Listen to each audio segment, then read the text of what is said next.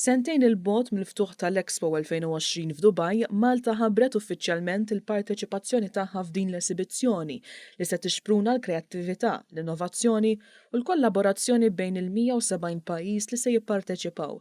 Din l-esibizzjoni li se ddum għaddejja 6 xhur sħaħ mistennija tilqa' mal-25 miljun viżitatur minn madwar id-dinja.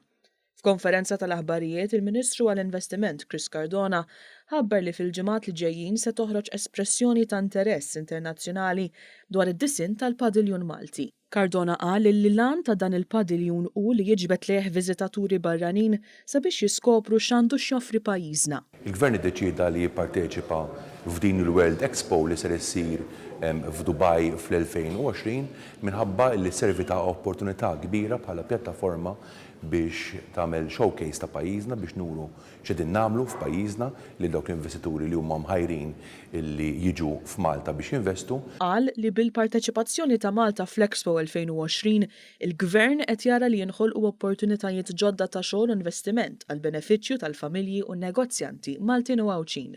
Kif ukoll biex ngħinu lill-investituri Maltin, negozjanti Maltin biex jespandu l-operat tagħhom jiltaqgħu ma' nies li kunu jipparteċipaw f'din il-fiera u ikabru l-operat tagħhom b'mod internazzjonali. Cardona ħabbar ukoll li s-Sur Anthony Tabone intażel bħala Kummissarju Ġenerali ta' Malta għall-Expo f'Dubai li se ssir bejn Ottubru ta' sentejn oħra u April tas-sena 2021.